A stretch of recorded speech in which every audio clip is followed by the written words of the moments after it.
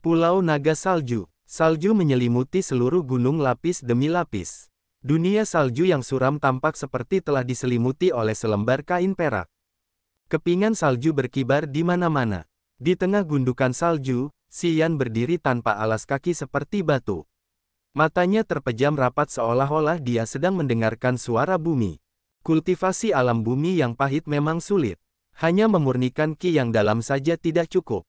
Setelah berhari-hari berkultivasi dengan keras, dengan tato teratai kepala hitam di dadanya, dia hanya perlu fokus. Kecepatan pemurnian ki yang dalam sudah jauh lebih cepat daripada orang biasa.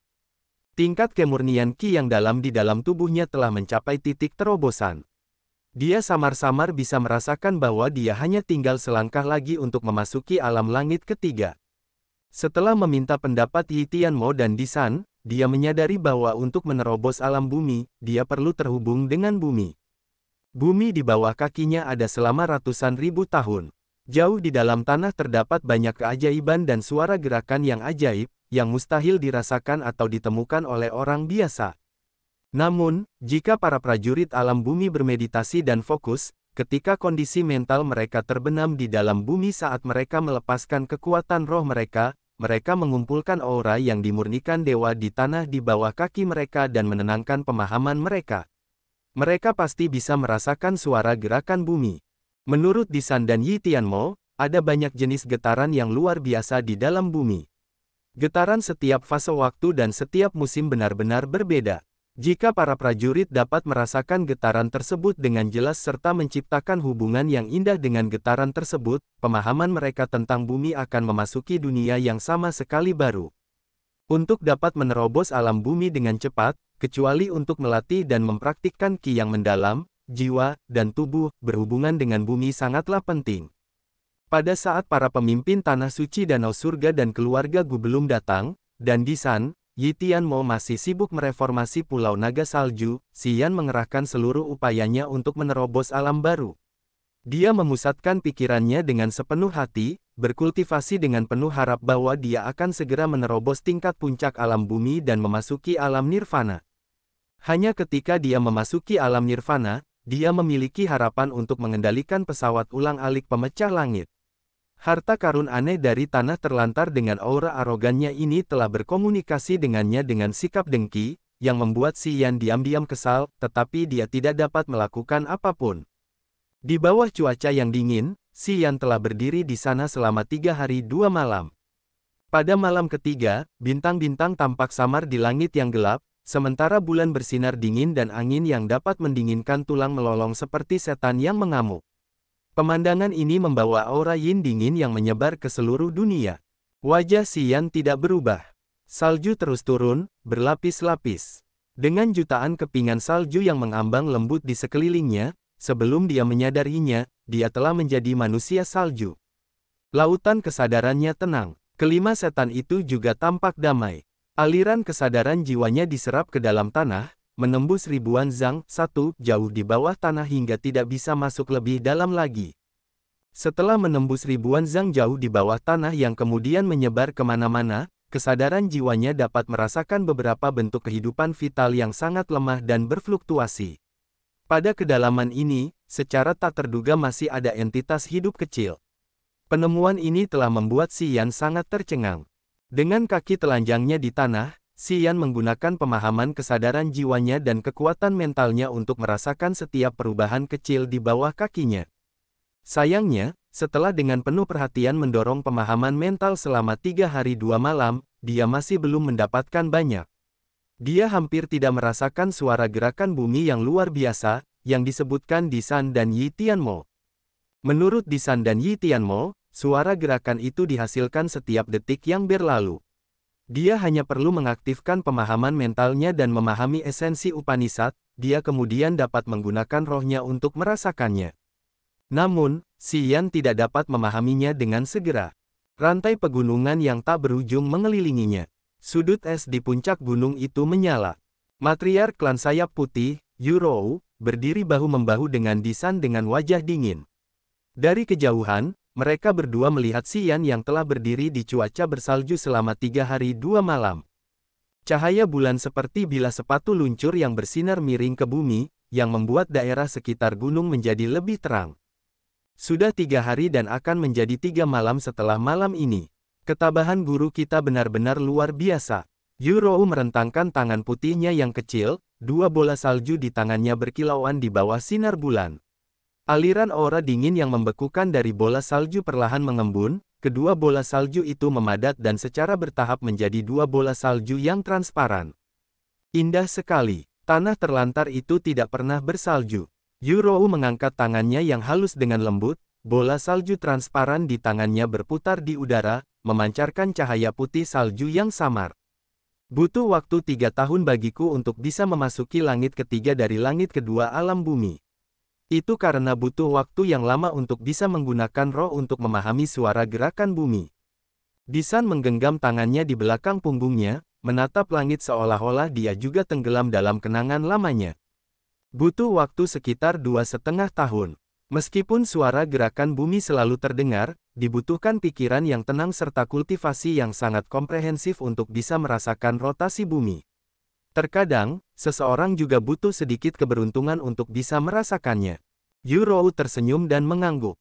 Benar sekali, keberuntungan adalah sesuatu yang tidak bisa disentuh tetapi benar-benar ada. Orang yang beruntung biasanya akan selangkah lebih maju dibandingkan dengan yang lain. Takdir juga merupakan salah satu jenis kehendak Tuhan. Jika segala sesuatunya mengikuti kehendak Tuhan, mengerahkan setengah dari usaha saja sudah dapat memperoleh lebih banyak prestasi daripada yang lain. Bicara soal keberuntungan, kami masih belum memberitahu dia bahwa akan lebih baik untuk merasakan suara gerakan bumi di tempat yang terus-menerus terjadi gempa bumi. Suara gerakan bumi paling jelas terdengar saat terjadi gempa bumi. Jika dia dapat menangkap frekuensi suara gerakan bumi, lalu menyesuaikan getaran frekuensi di dalam tubuhnya agar sesuai dengan suara gerakan bumi, dia dapat memahaminya secara menyeluruh. Selain itu, dia akan dapat menangkap esensi alam ini. Disan memandang Si Yan dari kejauhan, dan berkata dengan dingin, merasakan suara gerakan bumi saat terjadi gempa bumi masih merupakan cara yang tidak resmi. Saya tidak berpikir hasilnya sebaik saat dia menggunakan pikirannya untuk memahaminya. Saya masih percaya bahwa persepsi melalui kesulitan adalah yang paling berharga. Benar sekali, saya percaya dia dapat melakukannya. Mungkin dia akan dapat memasuki puncak alam bumi tak lama kemudian. Yurou berkata sambil tersenyum. Dosan menggelengkan kepalanya pelan, tidak setuju dengannya, lalu berkata, tidak semudah itu. Alasan mengapa alamnya telah ditingkatkan begitu cepat adalah berkat ramuan obat kita serta banyak harta karun aneh di dalam tubuhnya. Tentu saja, aku tahu bahwa kemampuannya luar biasa. Namun, dia baru saja memasuki langit kedua alam bumi beberapa bulan yang lalu. Untuk dapat memahami suara gerakan bumi dalam waktu yang singkat jelas tidak praktis. Ingatlah, bahwa kamu dan aku membutuhkan waktu hampir 3 tahun untuk dapat melakukannya. Aku masih berpikir bahwa kemampuan bawaannya jauh lebih hebat daripada kita. Sudut mulut Yurou tersenyum. Tidakkah kau lihat bahwa perilaku Yi Tianmo tua terhadap guru telah berubah drastis setelah mereka bersama selama beberapa waktu? Awalnya, meskipun Yi Tianmo telah bersumpah untuk menjadikannya gurunya, tindakannya tidak sepenuhnya tulus. Dia melakukannya karena 3 api surga di tubuh guru. Dia takut klannya akan musnah. Itulah sebabnya dia dengan berat hati setuju. Namun, sekarang, dia telah berubah. Aku menyadari bahwa mata Yi Tianmo sekarang memiliki sedikit rasa hormat ketika menatap guru. Disan merenung cukup lama, lalu mengangguk dengan wajah curiga. Itulah sebabnya aku juga merasa aneh tentang hal itu.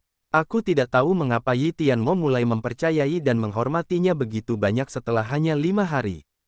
Hahaha, ini disebut kekuatan mempesona dari kepribadian.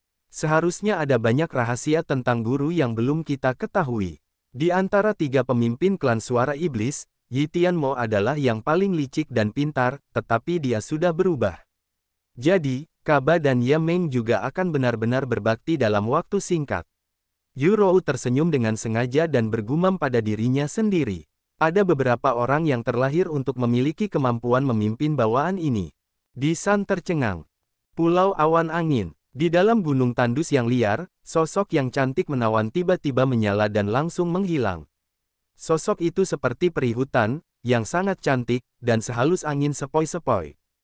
Boom! Sosok ini menginjak bebatuan gunung dan kemudian dengan ringan terbang menuju gua gunung yang tidak jauh dari sana. Setelah dia terbang 100 meter jauhnya, sebuah ledakan bergema dari bebatuan gunung yang baru saja dia injak. Alam belum stabil, cara menggunakan kekuatan ini tidak tepat. Xia Xinyan berpikir dalam hati, lalu tiba-tiba ia mempercepat langkahnya dan muncul di dalam gua gunung itu seperti cahaya redup yang melintas hanya dalam sekejap. Gua gunung itu tidak besar dan ruangan di dalamnya jarang. Ruangan-ruangan ini dibangun dengan tidak hati-hati dan primitif. Aura langit dan bumi tidak padat di dalam gua, yang tidak cocok untuk kultivasi para prajurit. Sekitar puluhan prajurit keluarga Xia tinggal di dalam gua gunung itu.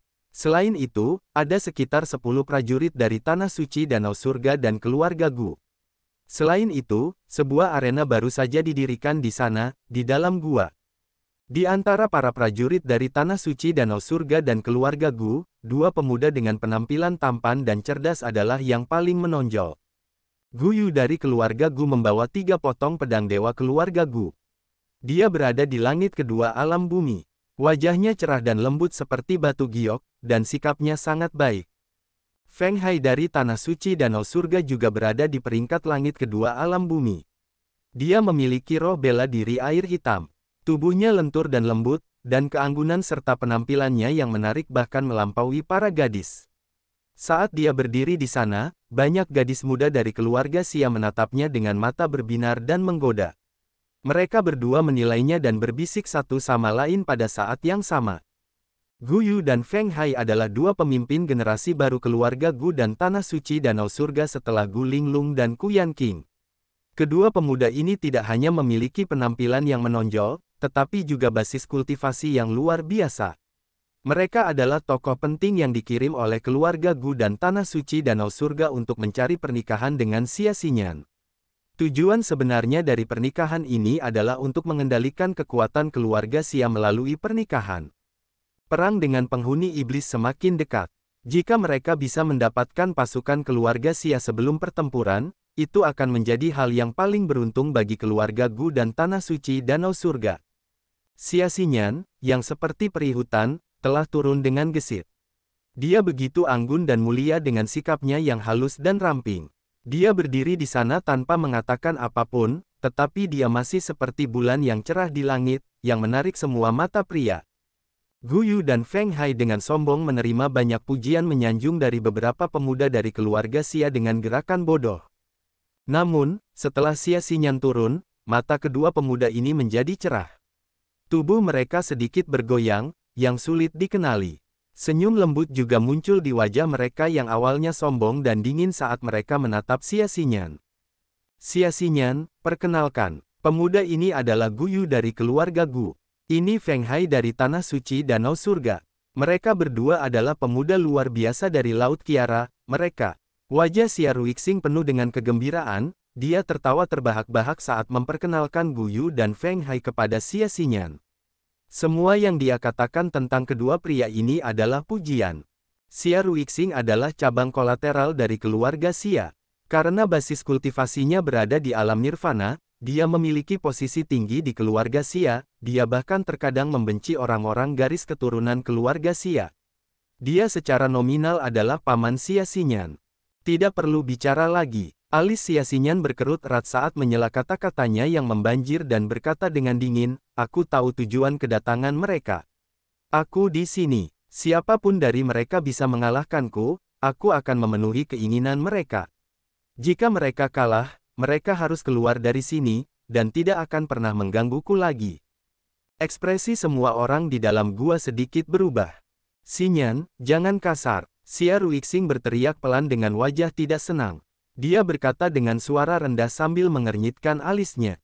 Begitu kau menggunakan roh bela diri reinkarnasi, kau akan langsung memasuki alam langit. Belum lagi Gu Yu atau Feng Hai, bahkan aku sendiri, pasti tidak akan dianggap sebagai lawanmu. Bagaimana mungkin? Gu Yu dan Feng Hai juga sedikit malu dan tersenyum canggung tanpa menjawab. Baik Gu Yu maupun Feng Hai tahu tentang keajaiban roh bela diri reinkarnasi keluarga Xia. Begitu roh bela diri reinkarnasi diaktifkan, kekuatan Xia Xinyan tidak hanya akan meningkat beberapa kali lipat dari ukuran aslinya, tetapi juga dapat ditingkatkan ke alam yang lebih tinggi. Meskipun Gu Yu dan Feng Hai memiliki sedikit kepercayaan diri pada kekuatan mereka sendiri, mereka tahu bahwa mereka tidak dapat mengalahkan roh bela diri reinkarnasi yang aneh ini. Karena itu, mereka tidak berani menjadi pahlawan dalam menerima tantangan itu. Zhou Yu berdiri di sisi yang cukup jauh, mengerutkan kening sambil melihat Gu Yu, Feng Hai, dan para prajurit lain dari keluarga Gu dan Tanah Suci Danau Surga. Xia Shenchuan belum muncul. Dia baru saja mengingatkan Zhou Yu untuk lebih memperhatikan situasi di sini. Jika tidak ada masalah besar yang terjadi, dia tidak akan muncul untuk menghindari konflik antara keluarga Gu dan Tanah Suci Danau Surga. Yue Feng dari Tanah Suci Danau Surga, yang memiliki basis kultivasi alam nirvana, juga datang kali ini. Dia tidak bisa menahan diri untuk tidak berbicara sambil menatap Xia Xinyan dengan dingin. Jika kamu tidak menggunakan roh bela diri reinkarnasi, tantanganmu dapat dipertimbangkan. Tetapi jika kamu menang menggunakan roh bela diri reinkarnasi, tidak ada lagi yang bisa dikatakan. Aura roh di Pulau Awan Angin ini sangat encer. Aku tidak ingin tinggal di sini terlalu lama. Wajah Gu Zeng yang tidak senang. Kekuatan dan kondisi Gu Yu dan keluarga Gu adalah nomor 1 atau nomor 2 di Laut Heng Luo sekarang. Kami telah memberikan hak istimewa kepada Anda ketika kami telah merendahkan diri untuk membuat aliansi pernikahan dengan Anda. Jangan terlalu sombong. Raut wajah Zhou Yu tiba-tiba berubah. Wajah banyak orang dari keluarga Xia juga sedikit berubah. Mereka tampak menatap Gu Zeng yang dengan getir dan marah. Jika keluarga yang masih di sini, jika kita masih di Laut Kiara, dan jika nenek moyang kita tidak jatuh ke dalam situasi gila ini, apakah keluarga Gu masih berani menggertak seperti ini? Kami akan membuat kalian semua menderita sambil merangkak di tanah. Setiap orang dari keluarga Xia diam-diam mengatupkan gigi mereka sambil mengingat hari-hari gemilang mereka di Laut Kiara, hari-hari gemilang bersama keluarga yang saat mereka berangkat menaklukkan lautan lainnya. Sayangnya, keadaan kini telah berubah. Martabat mereka sebelumnya telah semakin menjauh. Sampai saat ini, keluarga yang telah mengalami kemunduran. Kaisar Yang Tian telah menghilang begitu lama tanpa kabar apapun sehingga orang-orang dari keluarga yang telah mengembara ke banyak tempat yang tidak diketahui. Laut Kiara, yang telah diserbu oleh penghuni iblis, bukan lagi tempat berkumpul mereka.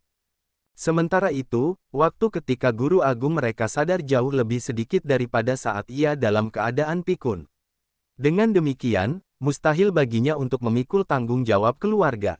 Hais, Zhou Yu berada di antara orang-orang itu, menggelengkan kepalanya sambil menghela napas panjang. Ia menatap Xia Xinyan dengan wajah masam. Tiba-tiba, Zhou Yu terkejut seolah-olah ia baru saja menyadari sesuatu. Matanya berbinar, menatap Xia Xinyan tanpa berkedip. Setelah diam-diam melepaskan kesadaran jiwanya, Zhou Yu perlahan merasakan segala sesuatu di sekitarnya untuk beberapa saat. Matanya menjadi lebih cerah, saat tubuhnya sedikit gemetar. Alam puncak bumi. Kau tiba-tiba telah mencapai alam puncak bumi. Keluarga Xia tidak pernah melihat fakta bahwa wilayah itu mengalami kemajuan yang begitu besar hanya dalam waktu hampir 2 tahun. Zhou Yu diam-diam menganggukkan kepalanya sambil melihat sosok yang memesona yang berdiri dengan tenang di antara orang-orangnya. Dia pikir dengan sifat istimewa itu, dapat dimengerti mengapa Gu Yu dan Feng Hai begitu tidak enak dipandang. Hanya mereka yang berada di puncak daftar pertempuran yang dapat menarik perhatian nyonya. Tapi, bajingan kecil yang dirindukannya, apakah dia layak atau tidak? Siapa yang bilang aku ingin menggunakan roh bela diri reinkarnasi? Suara Xia Xinyan dingin, alisnya berkerut. Aku tidak perlu menggunakan roh bela diri reinkarnasi. Aku akan bertarung dengan kalian. Jika kalian berdua bersatu dan menang atasku, aku akan mempertimbangkan permintaan kalian dengan saksama. Bagaimana kedengarannya? Apa, bertarung dengan mereka berdua saja? Tidak mungkinkah itu benar? Orang-orang keluarga Xia Ryu menatapnya dengan heran, bertanya-tanya bagaimana mungkin dia bisa mendapatkan tawaran seperti ini. Xia Ruixing tertegun sejenak. Kemudian dia tiba-tiba tertawa terbahak-bahak, bertepuk tangan dan berkata, baguslah. Aku setuju dengan tawaran ini. Feng Ge, Gu Ge, bagaimana menurutmu? Yue Feng dan Gu Zeng yang tertawa terbahak-bahak dengan tatapan meremehkan dan perlahan mengangguk. Ur, 1, jangan mengecewakan keluarga kami. Gu Zhenghai sedikit berteriak. Kamu lawan dia dulu. Persatuan hanyalah lelucon bagi orang lain. Keluarga Gu tidak perlu bersatu dengan yang lain. Aku percaya padamu. Gu Yu memperlihatkan senyum lembut. Dia berjalan ke arah Xia Xinyan dengan gerakan lembut, dia berkata dengan suara rendah sementara matanya penuh harapan, Nona Xia, menurutmu di mana tempat yang paling cocok untuk pertarungan ini? Gunung Gundul di sana. Jari Xia Xinyan menunjuk ke bukit gundul rendah di sebelah mereka. Dia menyapu matanya yang terabaikan ke arah Gu Yu lalu ke Feng Hai, dan berkata, kalian berdua sebaiknya bersatu. Kalau tidak, kalian akan kalah telak. Kalau begitu jangan salahkan aku karena tidak mengingatkan kalian. Setelah berkata demikian, dia bergerak sedikit, melompat, dan terbang lebih dari 100 meter jauhnya hanya dalam sekejap. Feng Ge, aku ingin pergi dulu. Gu Yu menggenggam tangannya ke arah Feng Hai sambil tersenyum tipis. Kemudian, dia segera berubah menjadi bayangan memudar yang terbang ke arah Xia Xinyan. Mata Zhou Yu, Xia Ruixing, Feng Hai, dan Gu Zeng yang semuanya menyala, melihat ke arah Gunung Gundul. Getaran yang seperti gempa bumi keluar dari Gunung Gundul secara tiba-tiba. Batu-batu lava dari gunung itu terus-menerus meletus menjadi puing-puing, berserakan di mana-mana di langit. Puing-puing itu tersebar dengan rapat. Zhou Yu dan orang-orang lain dari jarak lebih dari 1000 meter hanya bisa merasakan kekuatan benturan dari bukit itu, tetapi mereka tidak bisa melihat apa yang terjadi di sana.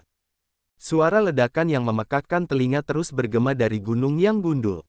Setelah 1 menit, suara itu berhenti. Swoosh! Gu Yu terlempar keluar dari kabut puing-puing tebal itu dengan pakaian yang robek dan wajah yang kotor. Baju zirah di tubuhnya, yang tampak seperti sirip perak, telah penuh dengan lubang. Dari lubang-lubang itu, samar-samar terlihat banyak luka terbuka, yang dalam sampai ke tulang. Boom! Gu Yu jatuh dengan lemah ke padang rumput di kaki gunung yang gundul. Penampilannya sangat menyedihkan, karena wajahnya pucat dengan mata bingung. Gu Zeng yang sangat marah, berteriak, kamu bilang kamu tidak akan menggunakan roh bela diri reinkarnasi. Gadis itu benar-benar ingin mati. Karena kamu tidak masuk akal seperti ini, jangan salahkan kami karena tidak bersikap lunak padamu. Gu Zeng yang berteriak marah seolah-olah dia ingin menyerbu ke dalam gunung yang gundul untuk membunuh Xia Xinyan. Zhou Yu mendengus dingin. Sosoknya tiba-tiba muncul di depan Gu Zeng yang. Dia mengernyitkan alisnya dan berkata, aku telah tinggal bersama keluarga Xia selama bertahun-tahun, jadi aku tahu betul tanda-tanda ketika roh bela diri reinkarnasi telah digunakan sebagai punggung tanganku. Meskipun aku telah mengamati dengan saksama untuk waktu yang lama, Nona kita sebenarnya belum menggunakan roh bela diri reinkarnasi. Tidak menggunakan roh bela diri reinkarnasi. Gu Er tidak mungkin seburuk itu. Gu Zeng yang jelas tidak mempercayainya. Dia memperlihatkan senyum dingin dan berkata, dia menggunakan beberapa cara untuk menyembunyikannya darimu dan kemudian secara diam-diam menggunakan roh bela diri reinkarnasi.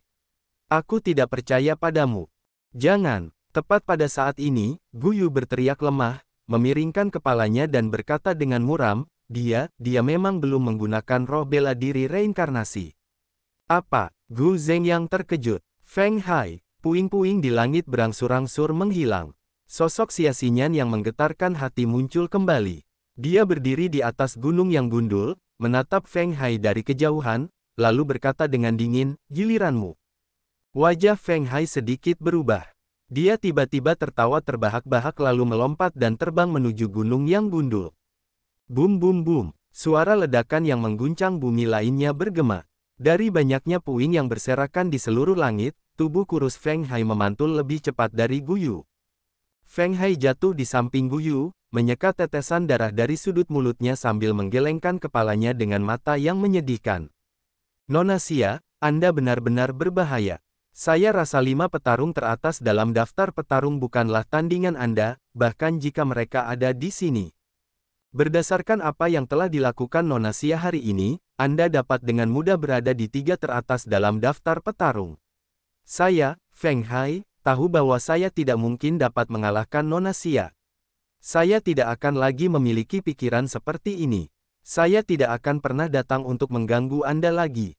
Setelah berbicara, Feng Hai berjalan pergi dengan kesepian sambil mengabaikan pertanyaan Yue Feng. Gu Zhengyang terus berubah, dengan marah menatap sosok yang tenang dan lembut di atas gunung yang gundul. Dia kemudian mengangguk dengan tegas setelah beberapa saat, meraih Gu Yu dan berteriak, "Ayo pergi." Alam aslinya telah mencapai puncak alam bumi. Dengan apa yang telah dia tunjukkan, dia cukup memenuhi syarat untuk memasuki 3 teratas dalam daftar petarung. Tubuh Feng Hai tiba-tiba berhenti, lalu berbicara kepada Yue Feng yang berdiri di belakangnya, "Aku telah memadatkan 7 tetes air hitam, yang masing-masing dihancurkan olehnya. Untungnya, aku telah mundur tepat waktu, jika tidak, aku takut bahwa aku akan berakhir dengan cedera serius seperti Gu Yu. Dia ternyata sangat kuat bahkan tanpa menggunakan roh bela diri reinkarnasi. Kita telah meremehkan potensi keluarga Xia." Wajah Yue Feng benar-benar terkejut. Dia telah mencapai alam bumi puncak. Wajah Gu Yu pucat pasi saat matanya menunjukkan rasa takut. "Aku takut bahwa aku bukan tandingannya." Keluarga Xia ingin menerima kendala dan hukuman alih-alih proposal yang menguntungkan.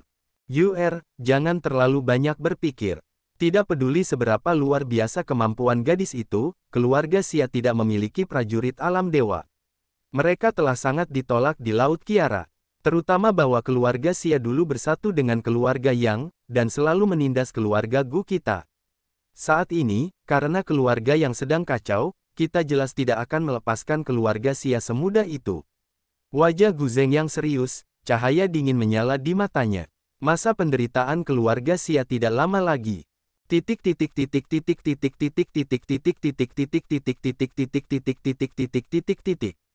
Pulau Naga Salju, di tengah longsoran salju. Tidak diketahui sejak kapan Xian hanya mengenakan celana pendek biru, lebih dari separuh tubuhnya yang telanjang terlihat. Dia berdiri dengan menakutkan di bawah salju yang turun lebat. Tiba-tiba, Xian, yang sekarang tampak seperti patung yang mendominasi, sedikit menggigil dengan amplitudo gerakan yang sangat kecil. Bersamaan dengan getaran kecil itu, cahaya berkilauan perlahan bergerak di bawah kulitnya, yang seperti aliran air kecil yang secara bertahap berkumpul di lingkaran Qi yang dalam di perutnya. Suara gerakan yang aneh keluar dari bawah tanah seolah-olah itu diam-diam diserap ke dalam tubuhnya melalui kakinya. Amplitudo getaran tubuhnya semakin besar dan besar. Cahaya yang menyilaukan menyebar dari tubuhnya dalam waktu singkat, bersama dengan getarannya setelah beberapa saat. 7 hari, lebih cepat dari yang pernah kubayangkan. Dari gunung salju di kejauhan, Yu Rou sedikit tercengang. Dia tersenyum sambil bergumam pada dirinya sendiri. Beberapa langkah darinya, Disan tampak terkejut dengan wajah gelisah dan mata berbinar. Es dan salju bergemuruh dan angin terasa dingin menusuk tulang. Di samping bongkahan es yang sangat tebal, separuh tubuh telanjang Xian sedikit menggigil. Setelah berdiri di tengah salju dan es selama 7 hari 7 malam tanpa alas kaki di permukaan es yang keras, serta menahan napas dan memahami, Xian telah menuai banyak prestasi. Untuk fluktuasi, yang berkali-kali lebih kecil dari kepakan sayap kupu-kupu, jauh di bawah tanah, orang biasa mungkin tidak akan pernah menyadari atau merasakannya sepanjang hidup mereka. Namun, karena Xian telah berkultivasi dengan keras selama bertahun-tahun, ia telah memperoleh aura roh yang jauh melampaui orang biasa. Jadi, setelah sekian lama menggunakan indera spiritualnya untuk merasakan, ia akhirnya merasakan jantung bumi. Meskipun sangat kecil dan sulit dibedakan, ia berhasil merasakannya setelah sekian lama berkonsentrasi dalam keheningan. Ketika gerakan yang sangat kecil itu ditransmisikan ke lautan kesadarannya dari kakinya yang telanjang, Xian tiba-tiba memproses pemahaman ajaib, yang seperti kelegaan dari penderitaan. Bahkan jiwa inang di dalam lautan kesadaran juga dimurnikan dan disublimasikan. Jiwa inang mengikuti suara itu dan membuat gerakan yang sangat halus dari dalam lautan kesadaran. Aliran roh secara naluriah terbenam dalam lingkaran Qi yang mendalam di perutnya. Begitu pula kesadaran jiwa. Setelah fluktuasi lautan kesadaran muncul, sesuai dengan suara gerakan di bawah bumi, lingkaran, yang awalnya sangat menyilaukan, secara bertahap menjadi lebih jelas dan lebih halus. Sementara kesadaran jiwa menembus lingkaran, mata pikiran Xian, mata ketiga, menyerap semua lingkaran Qi yang mendalam. Dia mulai melihat setiap transformasi kecil di dalamnya. Dunia cahaya yang berkilauan. Dunia ini dibanjiri dengan banyak cahaya seperti kristal yang bersinar aneh. Cahaya yang tak terhitung jumlahnya itu bercabang seperti pohon transparan seperti batu giok raksasa yang menutupi seluruh langit dengan hijau, yang secara diam-diam mengandung ki yang sangat murni dan luar biasa. Dengan menggunakan mata ketiganya, Xi Yan dapat melihat semuanya sejelas di tangannya. Dunia lingkaran ki yang mendalam secara bertahap muncul di dalam hatinya dan kemudian ditransmisikan ke lautan kesadarannya. Xi Yan tidak pernah menyangka bahwa bagian dalam lingkaran ki yang dalam itu begitu menakjubkan. Dia telah menggunakan ki yang dalam setiap kali bertarung, tetapi dia tidak pernah tahu tempat di mana ki yang dalam berkumpul begitu cemerlang dan menakjubkan. Sampai pikiran dan hatinya benar-benar terbenam di dalamnya, dia sekarang memiliki perasaan yang sensasional dari lubuk hatinya karena tontonan yang ajaib dan luar biasa ini. Banyak cabang yang cemerlang terikat bersama untuk membentuk batang pohon kuno raksasa yang transparan. Ki mendalam yang murni, yang terkandung di dalam setiap cabang itu, memancarkan cahaya yang luar biasa cemerlang. Namun, batang pohon kuno yang transparan itu tidak memiliki daun atau buah. Bahkan akarnya sangat kecil. Ini tampaknya baru permulaan pohon dengan bentuk primitif, karena belum mencapai tahap terbaik. Raungan, raungan, raungan.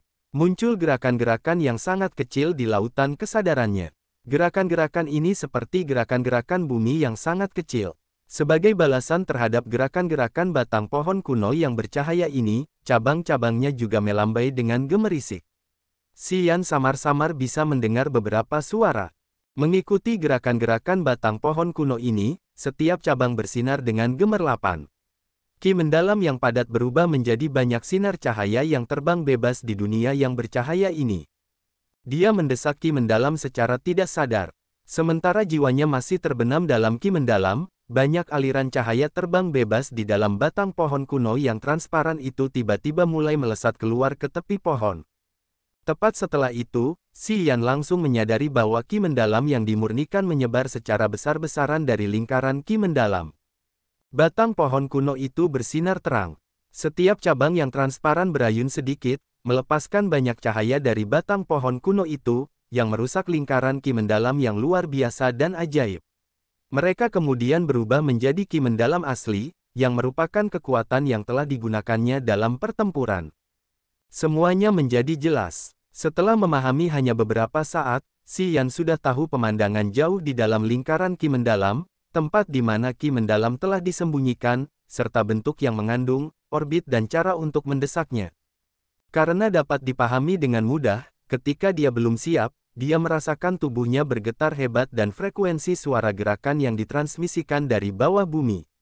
Gerakan di dalam lautan kesadarannya telah cocok dengan gerakan batang pohon kuno yang transparan. Jiwa inangnya tenggelam dalam esensi. Dia telah memasuki langit ketiga alam bumi semudah membalikkan tangannya. Sekarang dia bisa dengan mudah merasakan suara gerakan bumi dengan kakinya yang telanjang di tanah. Meregangkan lengannya dan membuka tangannya, Xi Yan mendesaki yang dalam dan kemudian memadatkannya menjadi segel kehidupan. 7 blok segel berkilau tiba-tiba terbentuk dengan kecepatan yang 2 kali lebih cepat dari biasanya. Dengan dorongan keras yang tampaknya ingin menghancurkan gunung, segel kehidupan menjerit dan melesat keluar, mengukir di gunung salju. Bum bum bum, ledakan yang memekakkan telinga segera muncul dari puncak gunung. Es yang tajam, yang tampak seperti pedang, hancur berkeping-keping. Gunung es seukuran talenan berceceran di mana-mana di bawah bulan yang dingin dan kemudian menggelinding turun dengan deras ke kaki gunung. Xi Yan yang mengenakan celana pendek biru menundukkan kepalanya dalam diam, memikirkan sesuatu di bawah sinar bulan yang dingin di atas gunung yang dingin dan kosong. Yu Rou dan Disan berdiri hampir 1000 meter jauhnya, melihat ke arahnya dengan wajah serius. Mereka tidak berbicara, karena mereka takut itu akan mengganggunya. Lama setelah itu ketika bulan berangsur-angsur bergerak dan hampir menghilang, Xi Yan mengenakan pakaian birunya, dan kemudian dengan sengaja berjalan menuju gunung salju yang telah dihantam. Salah satu tangannya diletakkan di ujung es yang tajam dan diam-diam merasakannya.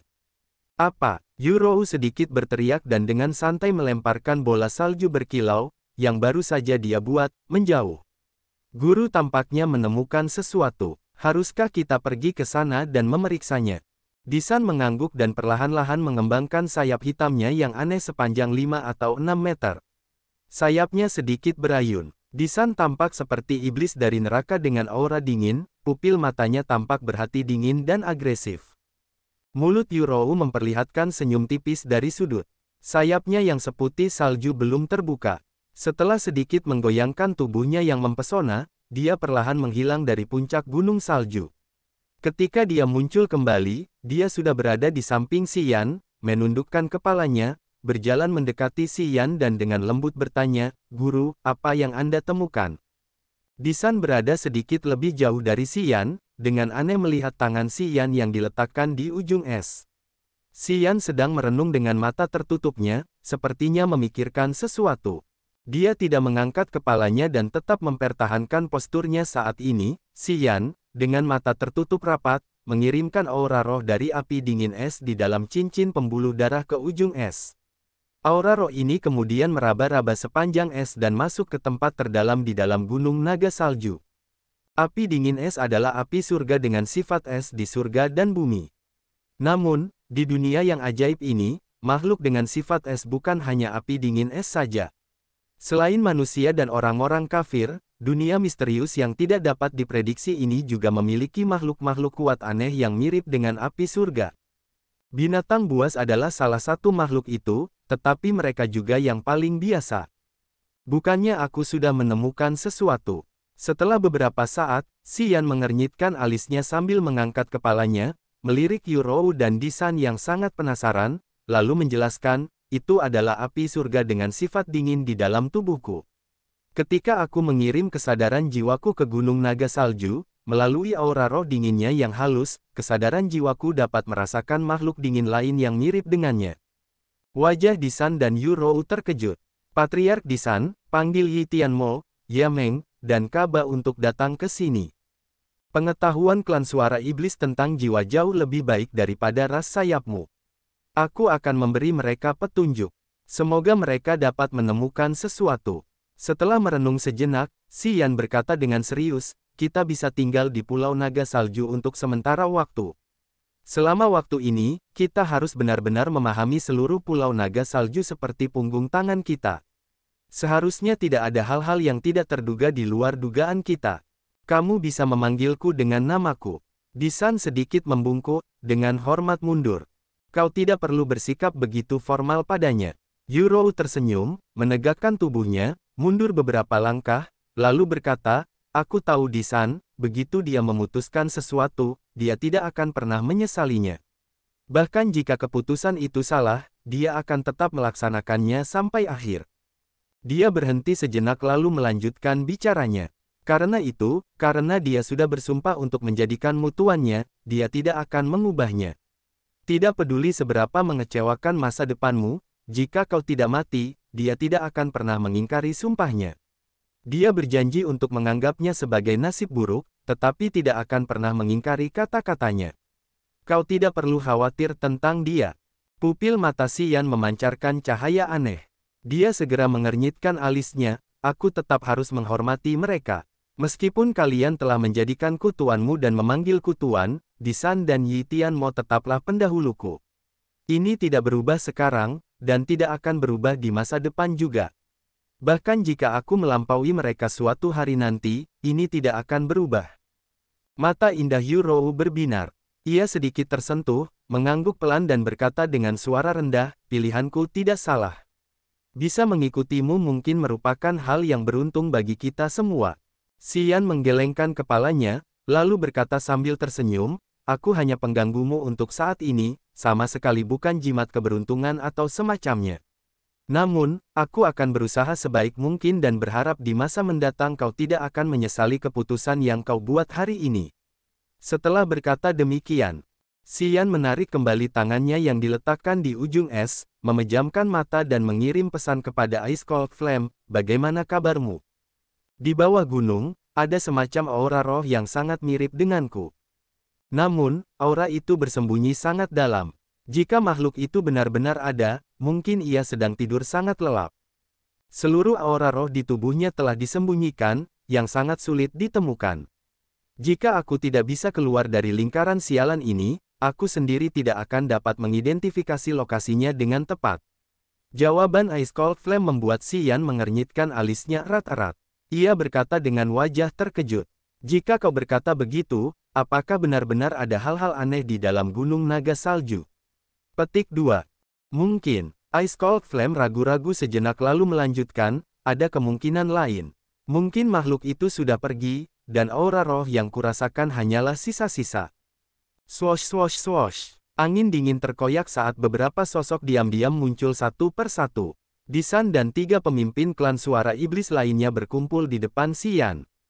Setelah melirik sekilas, Yi Tianmo membungkukkan tubuhnya, dengan hormat berkata dengan wajah terkejut, "Selamat, Guru, Anda telah melangkah satu langkah lagi ke alam bumi puncak.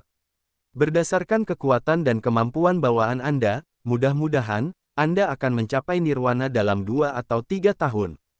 Kaba dan Ye Meng sedikit terkejut, menatap Xian sebentar sebelum mengucapkan selamat kepadanya. Xian dengan tenang melambaikan tangannya untuk mencegah mereka menyanjung.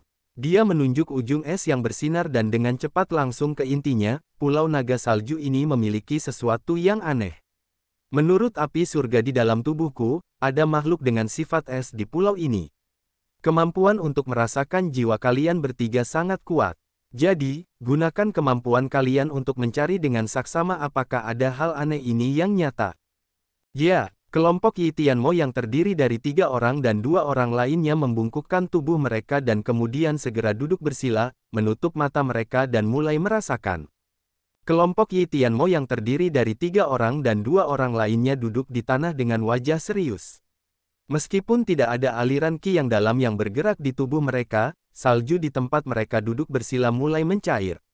Jiwa mereka yang berfluktuasi menembus ke dalam bumi, menyebar luas jauh di dalam gunung naga salju. Tubuh orang-orang klan suara iblis berbeda dari manusia, karena memiliki atribut yin. Struktur tubuh mereka dibangun untuk dapat mengeluarkan sebagian besar kekuatan jiwa mereka. 3 dari mereka adalah 3 pemimpin klan suara iblis. Pengetahuan mereka tentang jiwa inang dan lautan kesadaran jauh melampaui Xian, Disan, dan Yurou. Bahkan para prajurit alam dewa kelas atas dari Laut Kiara akan dibujuk dalam hal pengetahuan tentang jiwa inang ketika menghadapi ketiga pemimpin ini. Jika jiwa bertarung langsung dengan mereka, kemungkinan para prajurit Laut Kiara dikalahkan adalah 80 atau 90%. Jiwa-jiwa yang berfluktuasi lemah, yang bahkan Xian, Disan, dan Yurou tidak dapat mengenalinya, bergerak perlahan di sekitar gunung naga salju lalu secara bertahap masuk jauh ke dalam gunung, menembus kaki gunung untuk merasakan gerakan hidup sedingin es dari makhluk-makhluk istimewa yang ada di sana. Di gunung naga salju, jelas ada beberapa makhluk, beberapa binatang tingkat keempat, tingkat kelima, atau serangga yang bersembunyi jauh di bawah tanah. Selama makhluk-makhluk ini masih hidup, mereka semua memancarkan fluktuasi kehidupan. Ketika kelompok Yi Tianmo yang terdiri dari 3 orang memproyeksikan fluktuasi jiwa, mereka segera menyadari banyak respons dari kehidupan. Pada saat ini, jiwa spiritual mereka bergerak di sekitar gunung naga salju, sehingga mereka dapat merasakan kehidupan semua makhluk. Di antara fluktuasi kehidupan yang tak terhitung jumlahnya itu, menemukan satu dengan atribut es, yang tersembunyi jauh di dalam sekaligus sangat kuat, bukanlah pekerjaan mudah. Dengan kesadaran jiwanya yang terbuka lebar dan pikirannya yang tenang, Xian dapat merasakan fluktuasi yang sangat kecil. Fluktuasi ini datang dari dalam bumi, yang seperti jantung khusus yang berdetak di Grace Mainland.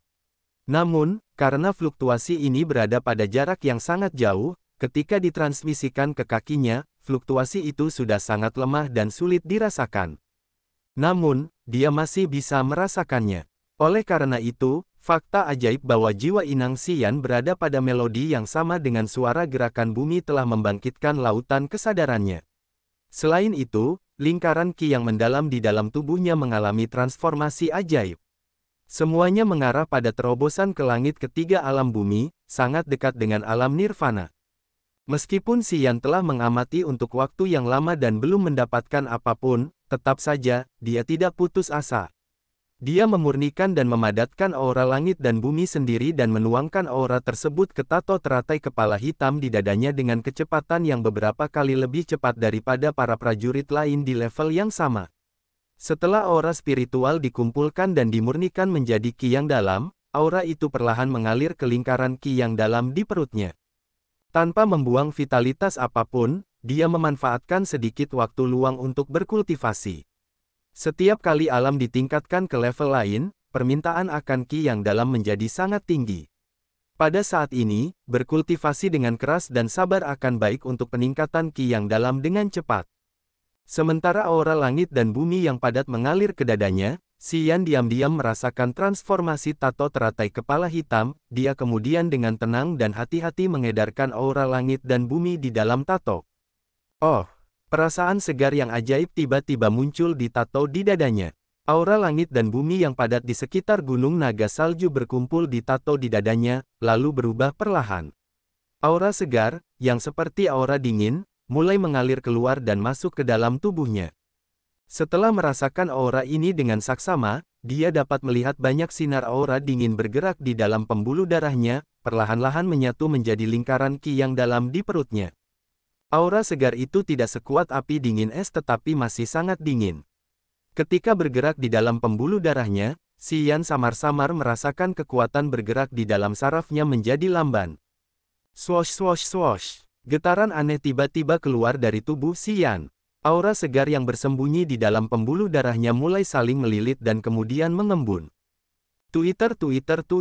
Aura segar itu diserap ke dalam tubuhnya dengan cepat, mengembun di satu tempat seolah-olah itu hanya berubah menjadi ikan kecil sedingin es yang merayap melalui setiap sudut tubuhnya dan mencari sesuatu. Makhluk roh itu dengan cepat meluncur, berlari maju mundur di dalam pembuluh darahnya. Kesadaran jiwa Xian mengikutinya dengan saksama. Ia melesat tanpa henti, berputar-putar di dalam tubuhnya, lalu perlahan maju ke arah jari yang mengenakan cincin pembuluh darah. Apa? Xian terkejut. Begitu samar-samar menyadari sesuatu, ia langsung mengirimkan pesan ke Ice Cold Flame. Ada aura yang mirip denganmu, melesat ke arah itu. Bisakah kau mencoba merasakannya? Aura dingin yang menusuk tulang menyebar dari cincin pembuluh darah, jarinya dengan cepat berubah menjadi kristal es yang berkilauan hanya dalam sekejap mata. Banyak aliran es hitam kecil muncul di jarinya satu persatu dan kemudian tiba-tiba bergulir ke arah bajingan kecil yang membeku yang tampak seperti ikan loah dan segera menutupi bajingan kecil itu bahkan sebelum dia bisa bereaksi. Bajingan kecil itu, yang telah dipadatkan oleh aura segar berubah menjadi serat putih kecil dan terbang keluar dari jarinya secara tiba-tiba. Kemudian menembus jauh ke dalam bumi hanya dalam sekejap. Aura es di bawah tanah bergerak ke bagian dalam bumi. Ikutilah, Xian berteriak sementara tubuhnya sedikit terguncang. Yi Tianmo, Kaba dan Yameng, yang sedang duduk bersila, tiba-tiba membuka mata mereka lebih lebar, melihat ke arah yang ditunjuk jari Xian, menganggukkan kepala mereka dan mengerahkan seluruh kekuatan mereka untuk mengejar aura es itu. Dia melarikan diri dariku. Api dingin es di dalam cincin pembuluh darah sedikit berayun, berubah menjadi api putih yang dingin hingga ke tulang. Aku bisa merasakan auranya dan ia juga bisa merasakan bahwa aku sedang menyelidikinya pada saat yang sama. Ia sangat licik, tidak langsung mencoba menemukanku. Sebaliknya, ia memisahkan auranya menjadi banyak bagian, lalu memanfaatkan waktu saat kau memadatkan aura langit dan bumi untuk menembus tubuhmu secara diam-diam dan menyatu di dalam tubuhmu setelahnya. Kemampuannya untuk menggunakan kekuatan itu sama sekali tidak kalah dariku. Aura dingin, licin seperti ikan loah. Xian bergumam pada dirinya sendiri. Tiba-tiba, matanya berbinar, ia berpikir pelan, mungkinkah itu naga tulang kristal es? Dalam legenda, Pulau Naga Salju dulunya adalah sarang naga tulang kristal es. Apakah kau menemukan aura binatang buas? Naga tulang kristal es. Api dingin es merenung sejenak seolah-olah tidak setuju dengan pendapat Xian. Tidak terlihat seperti itu. Naga tulang kristal es adalah makhluk dengan kecerdasan rendah. Bahkan jika mencapai level ke-8, kemampuannya untuk menggunakan kekuatannya sendiri tidak sebaik bajingan kecil itu. Mungkin itu bukan naga tulang kristal es. Xian tidak akan bersikeras menentang pendapat api dingin es karena, jelas, pemahamannya tentang binatang buas tidak selengkap api dingin es.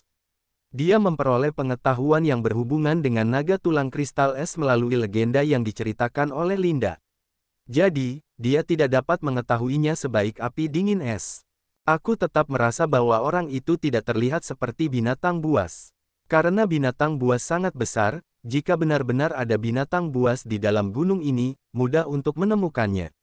Api dingin es merenung sejenak dan melanjutkan, kau harus berhati-hati. Jika orang itu dapat menggunakan aura dingin es dengan sangat terampil, kekuatannya pasti sangat kuat. Jika dia memberontak, tidak mudah untuk menghadapinya. Xian mengangguk pelan. Ketika Xian dan Ice Cold Flame berkomunikasi, kelompok Yi Tianmo yang terdiri dari 3 orang masih mencari kekuatan es aneh yang telah masuk ke dalam bumi. Xian diam-diam mengamati mereka bertiga, menyadari bahwa mereka selalu mengerutkan kening seolah-olah keadaan tidak berjalan baik. Yi Tianmo tiba-tiba melotot, matanya memancarkan cahaya. Xian tampak gugup saat bertanya, apakah kamu menemukan sesuatu? Yi Tianmo mengangguk tetapi kemudian menggelengkan kepalanya. Di bawah tatapan curiga Xian, dia berkata, aku memang menemukan sesuatu, tetapi itu tidak terkait dengan aura es yang telah masuk ke dalam bumi. Sebaliknya, ada prajurit alam dewa kelas atas yang datang ke Pulau Naga Salju. Prajurit alam dewa kelas atas. Xian bergumam pada dirinya sendiri dan tersenyum tipis. Kita akan kedatangan beberapa pengunjung. Simpan ini untuk nanti. Ayo kita pergi dan lihat siapa saja pengunjung itu. Yameng dan Kaba juga mengambil kembali kekuatan jiwa mereka setelah mendengar kata-kata Xian. Wajah mereka tampak bingung dan putus asa. Aneh sekali, jiwa kita bertiga masih belum bisa mengidentifikasi lokasi persisnya. Makhluk seperti ini sangat pandai bersembunyi, jelas bukan makhluk yang kurang cerdas. Kaba merenung sejenak lalu berkata, untungnya, kita masih di pulau ini. Lain kali aku bisa menggunakan satu kitab rahasia, mungkin kita bisa mendapatkan sesuatu. Setelah mendengar ini, Yameng dan Yi Tianmo sepertinya menemukan sesuatu, mata mereka tiba-tiba berbinar. Xian juga menyadari kepercayaan diri Kaba, tetapi dia tidak membahas topik ini lagi. Dia berkata sambil tersenyum, ayo kita pergi menemui pengunjung kita. Seorang lelaki tua berbusana blus biru dan seorang wanita tua yang memanjakan diri berjalan berdampingan di kekosongan Pulau Naga Salju. Tampak ada tangga di bawah kaki mereka yang mengarah ke tanah. Ini pertama kalinya aku datang ke Pulau Naga Salju ini. Sepertinya sudah banyak tempat perlindungan yang disiapkan. Sebagian besar tempat perlindungan ini untuk membatasi penjelajahan jiwa. Sungguh luar biasa. Pria tua berbaju biru itu mengangguk pelan, lalu berbicara kepada wanita tua itu. Katakan padaku, sisa-sisa keluarga yang benar-benar datang dari medan perang jurang kali ini. Kedua Raja Iblis telah memastikan bahwa Kaisar Yang Tian dikurung di daerah Iblis keempat. Wajah wanita tua itu berubah serius. Aku belum pernah mendengar bahwa daerah Iblis keempat dan medan perang jurang saling terhubung. Selain itu, bahkan jika mereka terhubung satu sama lain, Kaisar Yang Tian tidak bisa keluar. Lagi pula, kita tidak tahu siapa saja prajurit alam dewa kelas atas di pulau ini. Dalam situasi yang tidak menentu ini, keluarga yang datang untuk membuat kekacauan. Ini benar-benar memusingkan. Lelaki tua berblaus biru itu memaksakan senyum, menggelengkan kepalanya. Seberkas cahaya pedang kecil menyala di matanya. Ia berbicara kepada perempuan tua itu, jika ini memberi kita lebih banyak masalah, kita harus bersatu satu sama lain untuk mencegah potensi bahaya ini sebelum penghuni iblis datang. Bagaimana menurutmu? Perempuan tua itu berkata dengan wajah serius. Selain kau dan aku, orang dari Sekte Tiga Dewa mungkin juga akan datang ke sini sebentar lagi. Kudengar tidak hanya ada satu prajurit alam dewa di sini. Jika itu benar, kita harus berhati-hati. Aku hanya tidak percaya bahwa ada prajurit alam dewa yang nyata. Mungkin hanya ilusi orang-orang kita yang membuat mereka salah mengira prajurit alam dewa palsu dan yang asli. Kurasa begitu. Lelaki tua berblaus biru itu tersenyum dan berkata, Pulau Naga Salju tidak terlalu panas bahkan di siang hari. Terutama di daerah yang berdekatan dengan Gunung Naga Salju, angin sepoi-sepoi yang bertiup dari gunung membuat orang-orang yang tinggal di kaki gunung merasa sangat segar dan nyaman. Di dalam rumah kayu 4 lantai, 2 prajurit alam langit, Hua Meng dan Huang Nan dari keluarga Gu dan Tanah Suci Danau Surga, duduk berhadapan dengan 2 prajurit muda lainnya, Gu Linglung dan Ku Yanqing. Cao Zilan, He Qingmen, dan Pan Ze duduk di tempat lain, memakan buah-buahan dengan wajah yang rumit. Setelah Hua Meng dan Huang Nan menyampaikan pesan seperti yang diminta Xian, mereka masih sangat ingin tahu tentang apa yang terjadi pada Gu Linglong dan Ku Yanqing. Mereka terus bertanya dan akhirnya mendapatkan beberapa informasi tentang asal-usul klan suara iblis dan ras sayap yang tidak jelas. Mereka merasa takut di dalam hati mereka. Laut Kiara menderita ancaman dari penghuni iblis, sekarang klan suara iblis dan ras sayap tiba-tiba datang ke sini dari medan perang jurang. Terlebih lagi, kedua suku ini juga memiliki prajurit kelas atas yang sangat mengejutkan Hua Meng dan Huang Nan.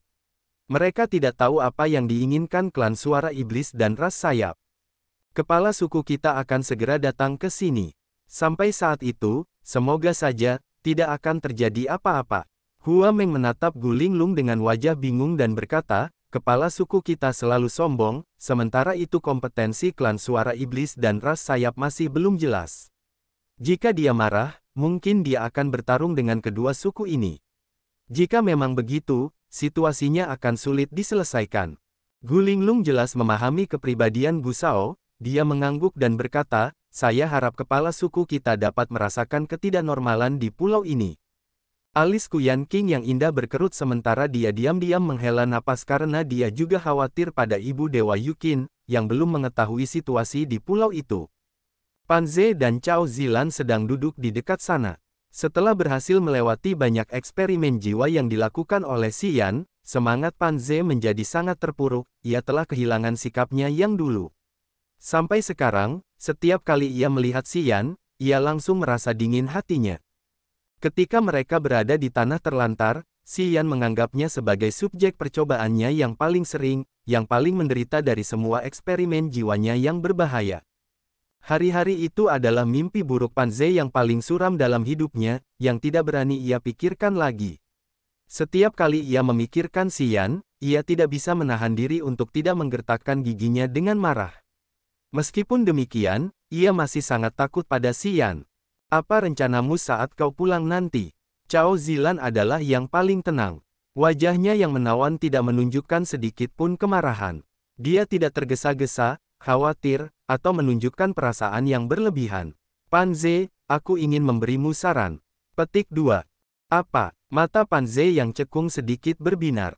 Dia memaksakan senyum yang menyedihkan, menatap gadis cantik di sebelahnya, saran apa? Jangan berpikir untuk membalas dendam pada Xian. Kau tidak mampu menghadapinya. Cao Zilan ragu-ragu sejenak sebelum berbicara dengan suara rendah. Bibir Pan Ze sedikit bergetar, tanpa sadar melihat keluar jendela.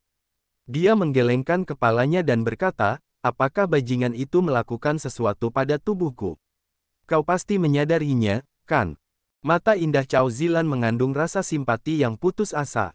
Dia menganggukkan kepalanya dengan lembut dan berkata, kurasa dia telah menempatkan beberapa teknik formasi yang umum di dalam jiwa kita. Bahkan jika teknik formasi itu tidak mungkin, itu masih meninggalkan obsesi jauh di dalam jiwamu. Jika kau menghadapinya di masa depan, kurasa kau tidak akan punya kesempatan untuk menang. Pan Ze hanya bisa tersenyum paksa karena dia tahu bahwa semua kata-kata wanita itu benar. Dia menundukkan kepalanya dengan sedih, menghela napas dan bergumam pada dirinya sendiri, dia monster. Lebih sulit menghadapinya daripada menghadapi orang-orang yang.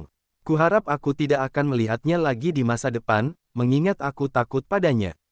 Cao Zilan terkejut, menatapnya sejenak.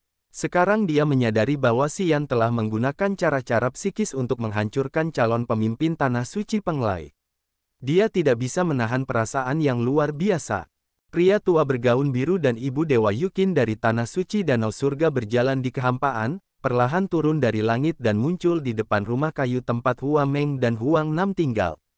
Gu Shao, dengan rambut putih di kedua pelipisnya dan jilbab biru di kepalanya, tampak seperti seorang sarjana yang elegan. Begitu mereka turun ke tanah, dia langsung berteriak, di mana pemilik tempat ini? Yukin memiliki sikap yang menawan. Saat pangkuan pakaiannya berkibar, seluruh tubuhnya memperlihatkan aura anggun yang suci, matanya yang tak berdasar juga memperlihatkan kebijaksanaan yang luar biasa.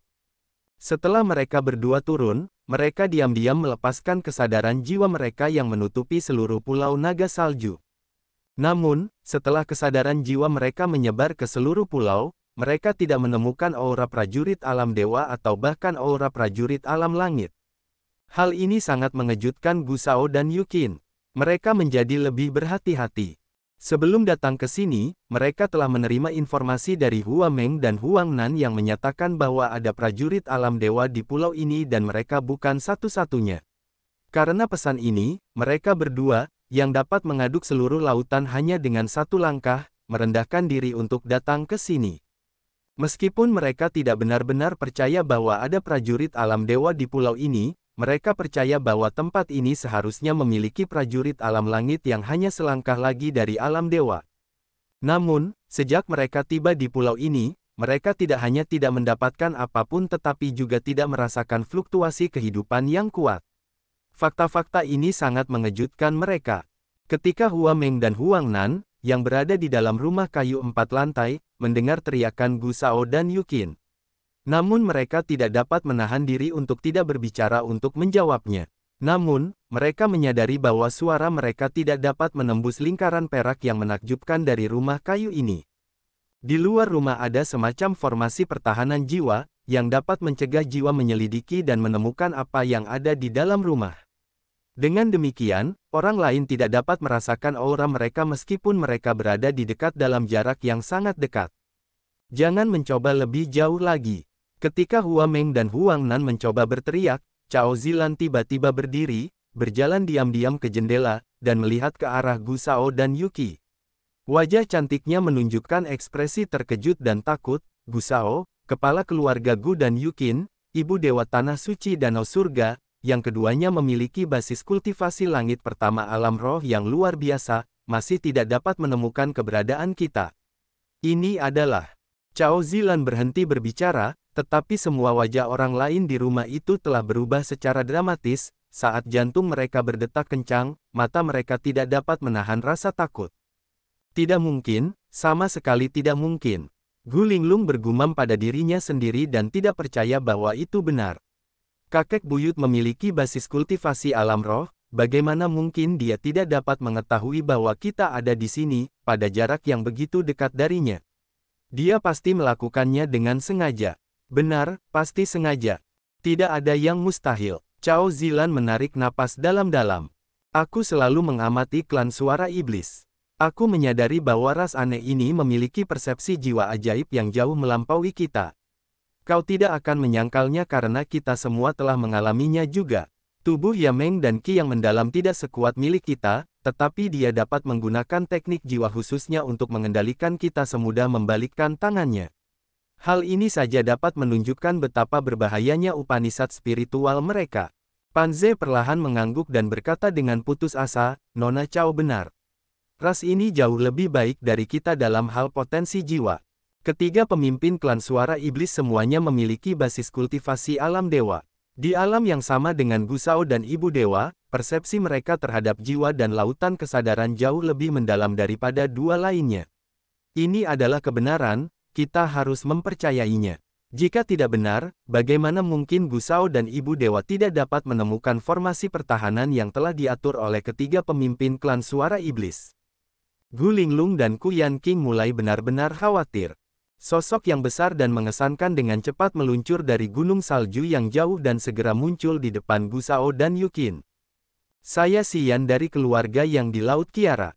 Saya ingin menyapa kalian berdua, para pendahulu. Xian menggenggam tangannya dengan sikap hormat. Dia berkata sambil tersenyum, kalian berdua datang ke sini dari ribuan mil jauhnya, yang membuat saya sangat gembira. Xian, tatapan mata Gu Shao seperti pedang tajam yang dingin, lalu berkata dengan sikap sombong, aku belum pernah bertemu denganmu sebelumnya. Biarkan tetua keluarga yang keluar untuk berbicara denganku. Kau tidak cukup memenuhi syarat untuk berbicara denganku. Dengan pandangan sekilas, Gu Shao langsung menyadari bahwa basis kultivasi Xian hanya berada di langit ketiga alam bumi. Jelas, dia tidak cukup layak untuk dilihat Gu Shao atau bahkan dikatakan lebih jauh. Biarkan orang-orangku pergi dulu. Suara Yu Qin dingin meskipun wajahnya masih tetap lunak. Aku ingin bertemu orang-orang dari Tanah Suci Danau Surga terlebih dahulu, lalu kita bisa berdiskusi dengan orang-orang yang... Kaisar yang Tian telah dikurung, kita tidak tahu siapa lagi yang cukup layak untuk kita temui. Xian mengernyitkan alisnya, wajahnya yang tersenyum perlahan menjadi dingin, kalian berdua tampaknya meremehkanku. Gusao menggelengkan kepalanya dan berkata, bukannya kami meremehkanmu. Hanya saja kau tidak cukup memenuhi syarat untuk bernegosiasi dengan kami. Bajingan kecil, panggil para tetua keluarga yang untuk datang ke sini. Keluarga yang telah tenggelam ke dasar Laut Kiara, jadi jika kalian ingin mengacaukan kami, itu sebenarnya bukan langkah yang bijaksana. Yukin tidak mengatakan apa-apa, sebaliknya, dia terus mondar-mandir di satu tempat dengan aliran aura lembut yang terpancar dari tubuhnya, merasakan situasi di sini. Jika bukan karena kau, setelah bersatu dengan penghuni iblis untuk menghadapi keluarga yang, penghuni iblis tidak akan mungkin memasuki Laut Kiara dan kau tidak akan menghadapi situasi sulit saat ini. Xian tiba-tiba mendengus, berkata dengan berani, alasan penghuni iblis menyerbu Laut Kiara adalah karena kebodohanmu. Aku tidak menyangka kau bahkan telah menyesali apa yang telah kau lakukan. Apa? Di dalam mata Gusao berkelebat kilat berbentuk pedang, yang dengan cepat melesat ke arah Xian. Petir berbentuk pedang itu, yang sepanjang jari, tiba-tiba melesatkan aura pedang yang tak tertandingi. Petir kecil itu juga berisi lusinan bayangan pedang yang luar biasa, yang menutupi seluruh langit dan bumi seolah-olah ingin menghancurkan langit H1. Begitu bayangan pedang itu masuk ke mata Xian, mereka segera berubah menjadi ribuan pedang raksasa yang jatuh dari langit. Bayangan pedang muncul di mana-mana yang membuatnya merasa tidak berdaya. Dia tidak bisa berbuat apa-apa selain membiarkan mereka memotongnya menjadi beberapa bagian. Hanya dengan satu gelombang petir yang menyala dari mata Gusao, Xian bahkan tidak bisa memiliki satu reaksi pertahanan pun. Swoosh! Bulu tinta hitam tiba-tiba muncul di depan Xian. Bulu hitam ini berayun, memancarkan ribuan gelombang hitam yang beriak. Begitu gelombang itu menyebar, H2, seluruh langit dan bumi ditutupi oleh rona hitam, siang hari langsung berubah menjadi malam dalam sekejap mata. Bum bum bum. Serangkaian suara ledakan yang mengguncang bumi keluar. Saat Xian masih linglung, dia mendengar teriakan Gusao. Dalam sekejap mata, kegelapan tidak ada lagi, lalu cahaya siang muncul kembali. Wajah Gusao tampak sangat bingung. Dia berteriak ketakutan. Memang ada prajurit alam dewa. Kurung siku buka.